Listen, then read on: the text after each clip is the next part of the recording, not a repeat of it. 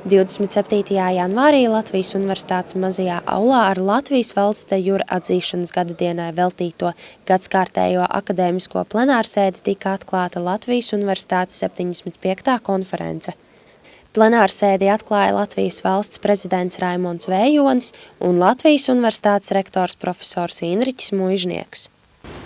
Man ir patiesas gods būt kopā ar jums Latvijas Universitātes 75. konferencē. Latvijas Universitāte ir arī mana alma mater, un šeit gūtā zināšanas un pieredze ir bijusi labs pamats turpmākajām darba gaitā. Es esmu jau 3. Latvijas valsts prezidents, kurš augstāko izglītību ir iegūjis Latvijas Universitātē. Ir saņēmis Latvijas Universitātes diplomu. Dāmas un kungi, vakar mēs atzīmējām Latvijas Republikas starptautiskās de jure atzīšanas dienu. Mēs atceramies Antantes augstākās padomes lēmumu 1921. gada 26. janvārī atzīt Latvijas Republiku un godinām mūsu ārlietu dienesta darbiniekus, kuru ticība Latvijai un godprātīgs darbs visos laikos ir kalpojis Latvijas Republikai un tautas labumam. Latvijas Universitātes ikgadējās konferences plenārsēde ir veltīta Latvijas Republikas starptautiskās atzīšanas de jure gada dienai. Mums būs iespēja dzirdēt 2 atzītu Latvijas zinātnieku redzējumu par Latvijas ārpolitiku toreiz un tagad. Šādas zinātniskas diskusijas ir vajadzīgas Latvijas valstī, un ne tikai par ārpolitikas jautājumiem. Sabiedrībai un īpaši politiķiem ir nepieciešams dzirdēt zinātnieku analīzi un vērtējumu par mums aktuālajiem jautājumiem. Liels prieks redzēt šādu interesi par Universitātes zinātniskās konferences pirmo lielo plenārsēdi.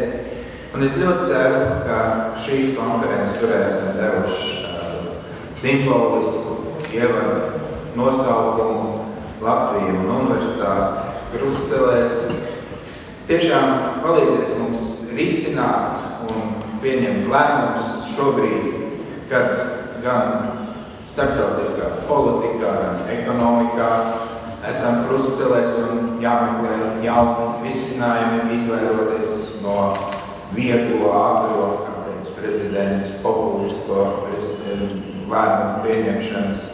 Arī universitātē, kad mēs esam definējuši, noteikuši savus pētījumu virzienus un šobrīd precizējam stratēģijas, kā darbosimies nākamos 5 gadus. Mēs esam krustcelēs un jācer, ka uz šīm krustcelēm nav, kā senajās teikās rakstīts, taisniesi, galvu zaudēsi, kreisiesi, zirgu zaudēsi. Es domāju, ka šeit ir rakstīts taisniesi, izglītība tiks pilnveidota, kreisiesi, zinātne attīstīsies, un pa labi tur augs inovācijas. Un tie ir tie 3 mūsu universitātes darbības virzieni, uz kuriem mēs gribam likt uzsvaru, kur mēs esam daudz paveikuši, un kāda tiesa no tā paveiktā un iecerētā parādīsies arī šīs 75. zinātniskās konferences vairāk nekā 120 sekciju darbos, parādīsies vairāk nekā 1500 ziņojumos, kur nolasīs gan mūsu pieredzējušie zinātnieki, gan arī mūsu studenti un doktoranti. Paldies par labiem novēlējumiem prezidentam, un es domāju, ka gribu cerēt, ka šī konference būs panākums visai universitātes saimē, un atskatoties uz tās paveikto, ejot uz Latvijas un universitātes 100 gadu, mēs varēsim identificēt jaunus panākumus un jaunus attīstības ceļus, lai mums visiem izdevies mūsu zinātniskā konferences. Paldies!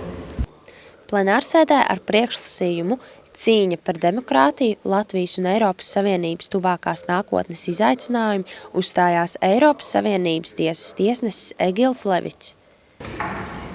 Mana referāta tēma cīņa par demokrātiju, Latvijas un Eiropas Savienības tuvākās nākotnes izaicinājumu ir izvēlēta apzināti, jo labāk, ja mēs apskatāmies starptautisko situāciju, mēs varam redzēt, ka ne tikai Latvija, visa Eiropas Savienība, varētu teikt, visa rietumu pasaule, visa pasaule ir iegājusi nemierīgākos ūdeņos kā līdz šim, un ir radušies jauni izaicinājumi, sevišķi arī šai rietumu demokrātijas valsts iekārtai, demokrātiskai valsts iekārtai. Bet es gribētu uzsvērt to, ka Latvija ir dibināta kā demokrātiska valsts. Un kādēļ tieši demokrātiska valsts un cita veida Latvijas valsts nebija iedomājama toreiz, un es teiktu arī šodien. Tādēļ, ka Latvijas valsts ideja balstās nācijas pašnoteikšanās idejā. Tātad nācija pašnosakās un izveido savu valsti. Taču latviešu nācija, atšķirībā no citām nācijām, bet arī līdzīgi, kā piemēram Igauņu un Somu nācijas, tam nebija sava vēsturiska valstiskuma, un tam nebija arī savas aristokrātijas. Un tas automātiski nozīmē to, ka ja nācija pašnosakās, tad tas iespējams tikai demokrātiskā ceļā. Tātad suverēns ir latviešu nācija, kas vēlāk ieplūst Latvijas tautā. Tātad tā ir tā, kas pašnosakās. Līdz ar Latvijas valsts piedzimšanu, Latvijas valsts jau piedzima demokrātiskā formā, un tas ir ieliets Latvijas valstiskumā, šis demokrātiskums, kā Latvijas valsts identitātes, konstitucionālās identitātes sastāvdaļa. Latvijas Universitātes profesors Ineses Feldmanis akadēmisko plenārsēdi noslēdz ar priekšlasījumu Latvijas starptautiskā atzīšana. Man tiešām ir patiesi prieks uzstāties šajā auditorijā un apvilkot šeit tādu ļoti svarīgu Latvijas vēstures jautājumu, īpaši svarīgu Latvijas vēstures lapusi, un proti runāt šeit par mūsu valsts starptautiskās atzīšanas norisi. Mēs jau visi ļoti labi zinām, ka starptautiskās tiesības paredz divus galvenos valstu, divus galvenos valdību atzīšanas veidus. Atzīšanu de facto līmenī, kas ir tāda nepilnīga atzīšana, valsts vai valdība tiek atzīta kā juridisks fakts, un atzīšanu de jure līmenī, kas nozīmē, ka valsts kļuvusi par starptautisko tiesību subjektu, un šāda atzīšana de jure līmenī ir nepieciešama, lai starp dažādām valstīm nodibinātos, lai starp dažādām valstīm veidotos diplomātiskās attiecības. Ieva Hermane, Jānis Balders, Latvijas Universitātes komunikācijas un inovāciju departaments.